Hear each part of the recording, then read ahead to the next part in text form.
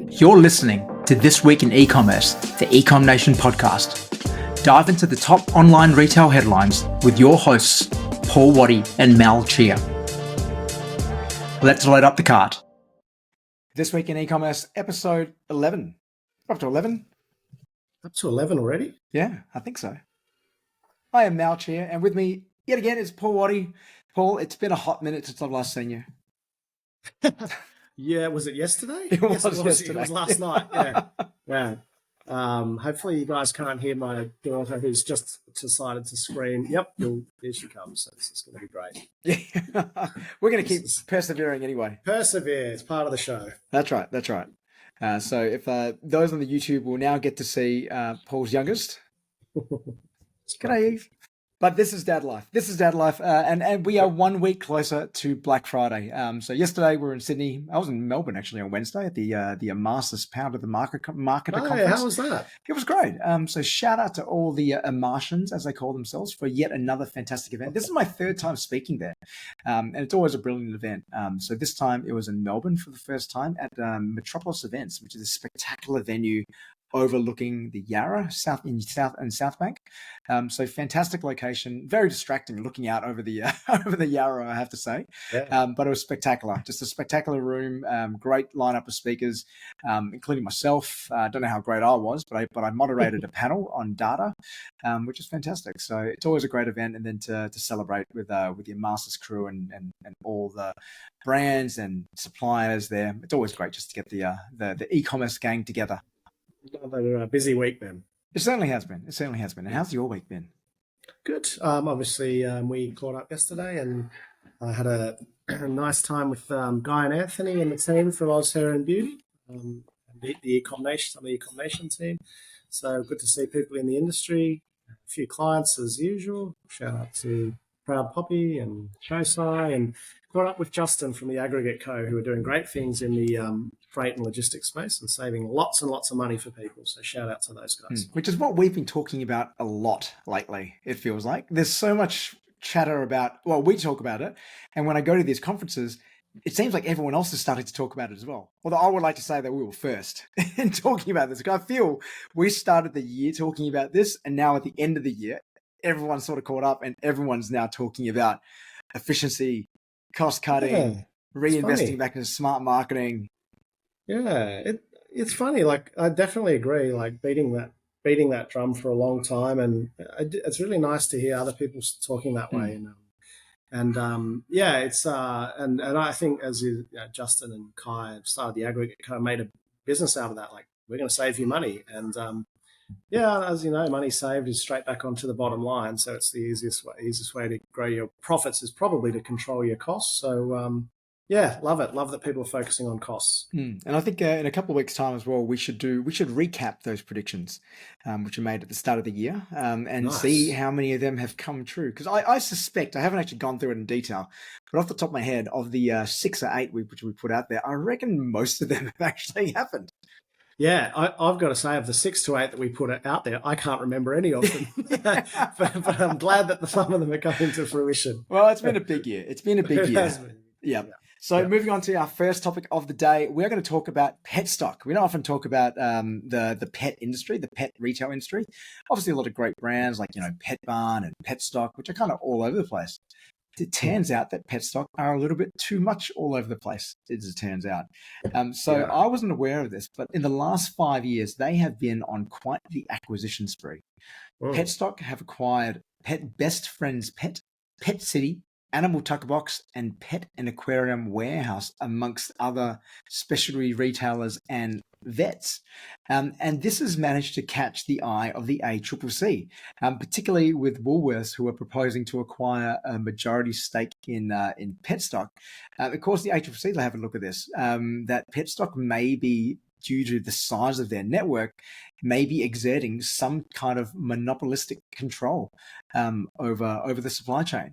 So what the ACCC has proposed, what Petstock have proposed to avoid any further scrutiny, is to actually divest themselves of 41 stores and 25 vets, 4 of their brands and 2 online and 2 pure play retail brands, to avoid further scrutiny from the ACCC. Yeah, That's so weird. I mean, firstly, I've never heard of pet stock. I got one just down the road.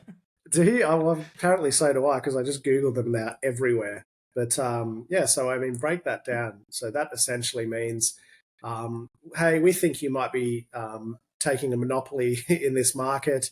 We want you to get rid of some stores and let other people have a piece of the pie. Kind of a little bit like maybe Amazon in the US. What we were Well, it's talking what we about. talked about a couple of weeks ago. Yeah, anti-competitive, or monopoly. Is a free market. But that's so interesting. And yeah, when you like, how big are you when you're divesting, when you're getting rid of 41 stores? Like, how big actually are you? I would probably guess that if it's just doing some rough numbers, thinking about, okay, if they're worried that they're going to be a monopoly, which means they would have the majority of the market, that would push them over 50%. So I'd say they probably have in excess of 400 stores. If they think 40 will appease the ACCC. Isn't that weird? Like, presumably that's like 41 stores must be doing decent revenue. That's essentially just saying, yeah, we're going to give away that much revenue. Like, and you really have no choice. Yeah. Well, it's either you do that or you get broken up, or you face further sanctions, right? You don't want to be, and look, I think antitrust suits, anytime they threaten to break apart companies, they always end up coming to a deal. Remember, like several years ago, most of our listeners probably were in nappies at the time, when Microsoft had antitrust about owning Office, as well as Windows, the operating system, and a few other things as well. People were concerned about that, and there was talk about breaking up that company, but it never happened. There was always fines paid, or things happened where they were able to change things enough so that they were able to be viewed as antitrust. But it's a little bit different here in a retail sense, because they actually have like a gigantic physical footprint. And when you consider, like, in the grocery space, we effectively have a duopoly. We have the duopoly of Woolies and Coles, who dominate a big chunk of the supply chain, and as a result, actually drive up prices quite significantly for consumers. But also, they also put a lot of pressure onto their suppliers as well, and they can exert that power because they dominate. Both of those brands dominate so much of the market. Did you hear that thing? I don't even know where I heard it. I would have been flashed across some sort of feed somewhere this week. The farmer complaining that he gets $15 a head for sheep, but then lamb is $45 a kilo in the in the supermarkets. It's not funny. It's actually sad. Yeah, it is. But that's like in agriculture, that's actually one of the biggest problems. That your biggest buyers are Woolies and Coles, but they force your prices so low, so you have no choice but to comply. Otherwise, if they don't buy your product and they buy someone else's, or they choose to buy more of someone else's, you're suddenly left with a huge surplus. And then what do you do with that? And there's only so many independents out there that they can't ever really fill that gap. It was like we were talking with someone from the wine industry not long ago, who was saying that if you look at the gap left by China actually moving out of the market, if you sum up the next number 2 to number 20 export markets for Australian wine, it doesn't even add up to what we've lost from China. So it's quite remarkable when you're so reliant on any one player in that. But I guess from consumers' point of view, I'm always very happy. I love competition. I think competition is a great thing. Competition spurs innovation, and innovation ultimately should lead to benefits for the consumer. So that this is happening, I think it's good. The ACCC is doing their job. That they are, if they are looking at things like this, they are looking at companies who are exerting monopoly power. Not necessarily sure if they're looking at the right ones and all the right ones. I think 2 of those brands you mentioned before should probably deserve a bit closer scrutiny.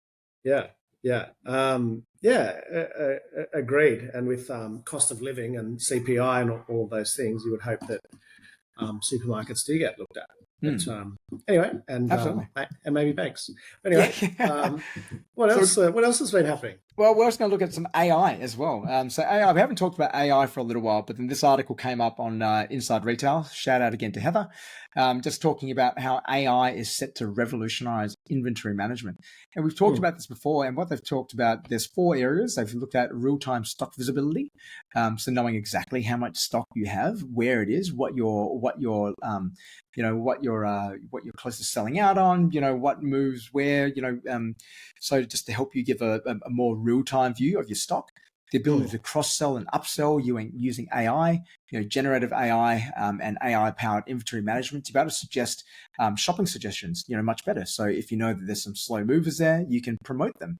You can be a bit more aggressive with getting rid of those, but doing it automatically, which is something I talked about previously. I think we talked about that yesterday about pricing, which is an app which recommends pricing based on various factors, but in particular competitors.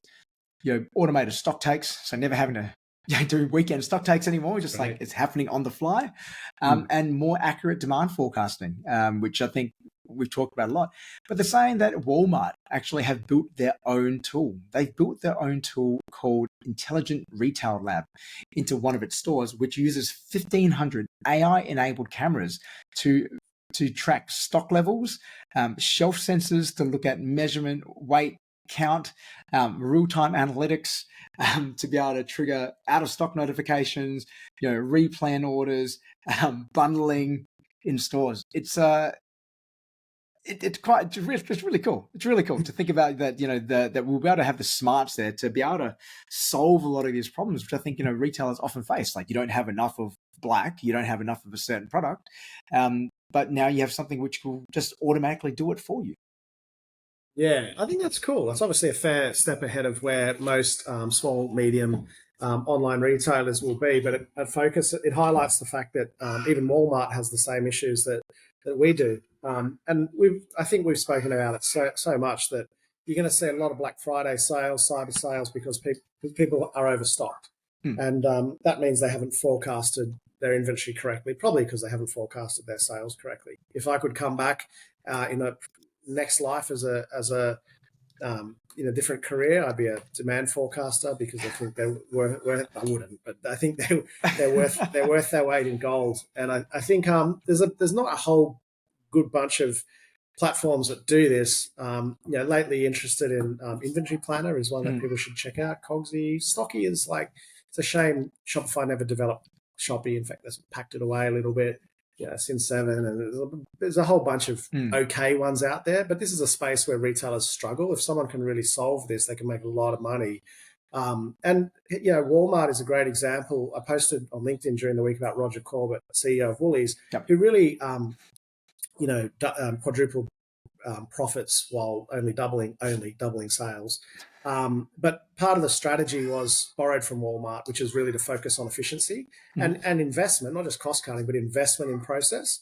He really borrowed that strategy from Walmart, who did it really, really well. And it's good to see, like 10, 15 years down the track, they're still doing it, still leading the way with outlaying cash, of course, but outlaying cash that in the long run is going to make you a much better business through ordering the right amount of stock just in time, getting full visibility on stock. It makes sense because for most of us, small stock is the biggest expense in our business.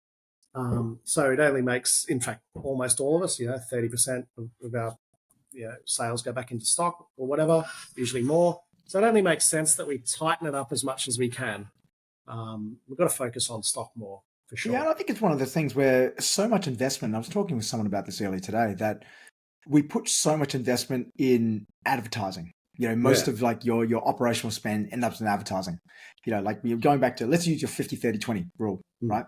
If you use 50-30-20, there's so many businesses out there who just be spending that 30 just on ads. Yeah. 100%. And there's this overinvestment in the front, into like, how do we get people to buy from us? Without actually then thinking about that point of purchase, which is your site, and then also thinking about that post-purchase experience as well. There's not enough investment in those different parts of the pie. Everyone is just putting so much investment in the front and neglecting everything else, expecting advertising to save their business. Yeah, it's like that, vending machine that people think Meta is, to put money in and take, put $1 in and take $5 out. And it's not sustainable, and it's getting harder and harder. But you're 100% right. Like some businesses spending 30% on marketing, others are spending 15, 20 and really zeroing in on it, like spending hours a day in their ad accounts and with their agencies, and rightly so, but then dropping 3 times the amount each month on inventory and not having any form of inventory forecasting. Like it just doesn't make any sense. It's just this inordinate focus on ROAS and CAC. Well, not CAC's great, but inordinate focus. You do want to focus on your CAC. For anyone listening, you do want to focus on your CAC. Let's get our heads out of Meta for an hour and into some demand forecasting and into some spreadsheets. Look, if you have the right stock as well, like so many things could just be solved by actually having the right products. And sometimes you just don't have the right products. So you're landing all this traffic to your site who are just like, I don't really know what I'm doing here. Like, I don't have the right product. You're sold out of the wrong things. Yeah, there was a time when I was working at an activewear brand and, there was just like the sales just plummeted. And it was like, why are sales plummeting? And it's like, oh, we've sold out of black, guys. Like, why do we not have any black? And this was very early on in my tenure. And very soon after that, it was like we never sell out of black. It's like we always have black, like over order on the black. Yeah, and it's like, I know you like the ABC analysis as well in Shopify. It's my favorite. I think it's now maybe one of your favorites. But like I was with a client this week who, and again, that report that you run is run your ABC stock, put a filter to see what's grade A, put a filter to see what is ending quantity 0, and then add into the column that says how many you sell a day. And that'll tell you how many grade A products you're out of stock and how much it's costing you. And this client, sales had dropped a little bit, or they hadn't met their expectation by 100,000. And we ran that report for the month, and they had lost 150,000 for the month in out of stocks of just of grade A products. Yeah, it's like, oh, just stop running out of that stuff. Yeah. So we're going to move on to another topic now, which we're going to talk about creative and the importance of creative. And that's something which I think we're hearing more and more. I was at the Meta Partner Summit a little while ago, and that was such a strong focus. And they probably couldn't have said it enough, just like how important creative is nowadays. And that it's not just about the media buying. Whereas, if you think back about 3-4 years ago, you could just put an average ad out there and it'd probably get a decent ROAS. But now to be able to get a decent click-through rate and to be able to get an audience engaged, you got to have good creative. So we're going to talk now about a little bit about what actually makes good creative nowadays. And you and I get exposed to a lot of ads out there, from brands who we work with and brands we don't work with. So I just want to just get your view on like what does good creative look like to you? Obviously, it's a bit subjective, but then it's kind of also is not it subjective? Not when you look at click-through rate, and I don't think brands look at click-through rate enough to judge the quality of their assets. So you do see a lot of brands do a photo shoot, spend a lot of money, put the ads out there, and it's like great, and that's it. The click-through rate they don't even want to know about. It's like how good's this photo shoot? So it starts with your click-through rate. We know that if you've got a click-through rate of 0.5, which is pretty bad. And then you get it to 0.1, you've doubled your traffic on that ad without spending any more money. So we're looking for more traffic. We're constantly let's pay more money. Let's improve click-through rates. How do we do that? We test creative. We do creative. I like video creative just as a consumer. And I think that it needs to be better than ever because people are scrolling, flick. How are you going to stop? I think Jake stop the scroll. Jake calls them from GDAP calls them thumb stoppers. Like, how do you stop the scroll? Static, and I've run these tests even for myself. Static is outperformed for me by video, but if it's good video, short, engaging, what's the right length? Good one I saw today was Nike, the hammocks. I don't know if you've seen them. Yes. I just discovered them, but I really like what they're doing. And they had this thing where they loaded up a hammock and said, how heavy is how much weight can our hammock hold? And they loaded it up with, I think they got to 940 kilos of cement before it broke. And I liked it. I'll tell you why I liked it, Mal, is because the hook was how much weight can it hold? So I was like, I've got to see this. And then they kept me engaged by loading it up. It's like, how far can they go? They kept me engaged for the whole thing by coming to the end conclusion because I wanted to see how much it could hold. And it held 940. So it engaged me for the whole time. And then it gave me an answer at the end, which was, and they said this in the ad, so it can hold your weight. Like, yep, so you've got strong hammock. And it got me engaged. That's the point of an ad. I did click. And I loved it. And I think with the style, was it a highly produced, very polished ad, or was it more it must have been what I assume were the founders in Bush, just probably shot on what it could have been an iPhone. Really basic, like just didn't look polished at all. Natural and entertaining. And I find less polished stuff to be more entertaining. And I find entertainment is one of the reasons that people scroll. So I like entertaining stuff. That's why I like Budgie Smugglers content and so on. But I like video and I like stuff that's interesting or entertaining. Yeah. What do you like? Look, very similar to that as well. I think there's definitely been a big trend away from like the highly polished, the highly produced stuff as well, which is time consuming and very expensive to put together. You need to get it professionally shot. You got to get models and da da da da da. And I find there's still a lot of brands who put a lot of investment in that. And not to say it doesn't work, but it has its time and its place. But really on social. And this is something which we've been talking about for quite a while, and like as an industry, about how important it is to have, what they used to call native content. Native ads, native content was what they used to call it back then. Which was to have content like an ad which looked like a piece of content. So this is for me really just a continuation of that. And if you look at the content which performs best on Meta, it's always short form video. And obviously TikTok as well. So people are less likely to click on something which looks like an ad, but they're more likely to engage in something which feels like it's organic, like it feels like it's part of that platform, and feels like that it belongs there. And there's ways to do that creative, and it doesn't and while it looks simple, a lot of actually can sometimes have quite a bit of can have quite a bit of thought around it as well. So like one brand which whose content I really like is Whoop, the Whoop band, which is like it's like the quantified self.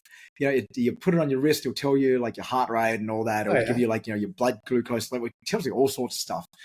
So I've got a few people who I train with who wear one. They're not too expensive, but the content's great because it always shows people using it and how they're using it to tell them about this and this. But similar to that, it starts with a hook about, this is how I know when to do X. And you're like, oh, really? How do you know when to do that? And then you watch the video and it just hooks you in. It hooks you in, you watch that video, and next thing you know, you're clicking on the link and going like, oh, you added one to cart. But it's because it tells you that story. And I liken this back to probably about over 10 years ago now. The blender brand Will It Blend, Blendtec, who had the video series called Will It Blend. Which was, a really simple video. For those who don't know it, go onto YouTube and search up Blendtec. Basically, the founder of Blendtec which is a blender, would blend an iPhone, an iPad, or any other device at the moment on a YouTube video. He would film himself cracking it, putting it into the blender, closing the blender, and then running the blender. All the whole time, there's this cheesy music going on there. He's got a big cheesy smile. And you're just seeing this iPad just get crunched up and blended in this blender. And then at the end, he would take it out, pour it out, and you'd see the dust from it. But you couldn't help watching it. It's like a 1-minute video, but it's just so engaging. And you just watch it time after again. Like he's blending watches, phones, just like ridiculous stuff. And but it tells the story. It tells the story about what the brand does. There's a good lesson in that. Like it's the same as Nike. It's like, how much will this hold? Okay. Oh, that's I wonder how much it will hold, and you have to wait till the end to see if it blended, if it held. So I think that's really interesting if brands can think about that instead of just putting out, here's my latest photo shoot. It's like, how can you be clever and work that out for your brand? And obviously that's depends brand to brand, but I think that's some really important things. Like, what's your hook? And how can you keep people engaged so they have to wait till the end and then obviously get them to click? But the point is, you've got to work on your click-through rates, and you do that by content creators, and creators have never been, again, more valuable. But I think also coming up with that strategy first, I remember listening to someone, where the traditional world of advertising, which is kind of my background from a long time ago, was that you come up with a big idea, and then you then figure out how you then make that big idea and cut it down into like different formats. Right, the big idea would turn into a creative concept, and the creative concept would turn into all these different creative executions. Now, in a way, we're actually kind of going backwards from that, where we start off first with what's the execution which is going to resonate with an audience, which is going to get a click through, and then how do we figure out how do we tell our story through that as well. So the Nike one's a great example, because they're like having that hook of like that problem of like, or posing that question of, how many coconuts is this thing going to hold? It's like, okay, that style of content works because people want to watch it, but then they can tell their story about, we've got really friggin' strong hammocks. And, shout out to Dean, who I actually met a couple of months ago. they're doing that. And so with any brand, it's thinking about what's your story? What's your story? What are those top 3 things which you want people to know about your brand? And you can think about it from like a problem solution sort of framework. Like what problems do we solve for our customers? And they could be, like actual problems, or they could be more, more internal, self-actualization problems. But it's thinking about which problems do you solve? And then how do we make sure we show that in all our content? So, and then you can think about, well, we can do this style of video if it shows us that our products are like amazingly strong. We can do this type of video, but again, just as long as it reflects, just as long as you can reverse engineer it back to what that key value proposition is, of your product. I think you can experiment with a lot of things, but it's just a matter of thinking more creatively. And like you said, just not doing the behind the scenes photo shoot, or doing a flat lay or doing whatever else, but doing something which is first of all engaging, and then secondly helps tell your story. Yeah, advertising has always been a creative space. So I think you nailed it with the word creative. It's like, how creative can you be with your advertising? Not just here's a photo shoot, run the assets, which I think is what a lot of brands do. Yeah. But I think the key thing though is to experiment too, and that's why I think there's so much importance now for brands to actually be creatives as well, to actually go and actually create their own content. Otherwise it can get very expensive for you very, very quickly.